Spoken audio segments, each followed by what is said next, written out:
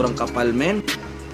Woo! God damn! Super excited na ako, guys. Hindi ko alam kung ano yung mangyayari doon dahil first time ko talaga makapunta ng mga concert, ng mga ganyang event. Di ako mahilig sa mga ganyang event, pero men, flow G na yan. Mas gusto ko yung may ticket talaga para, kasi pag may ticket, VIP yun.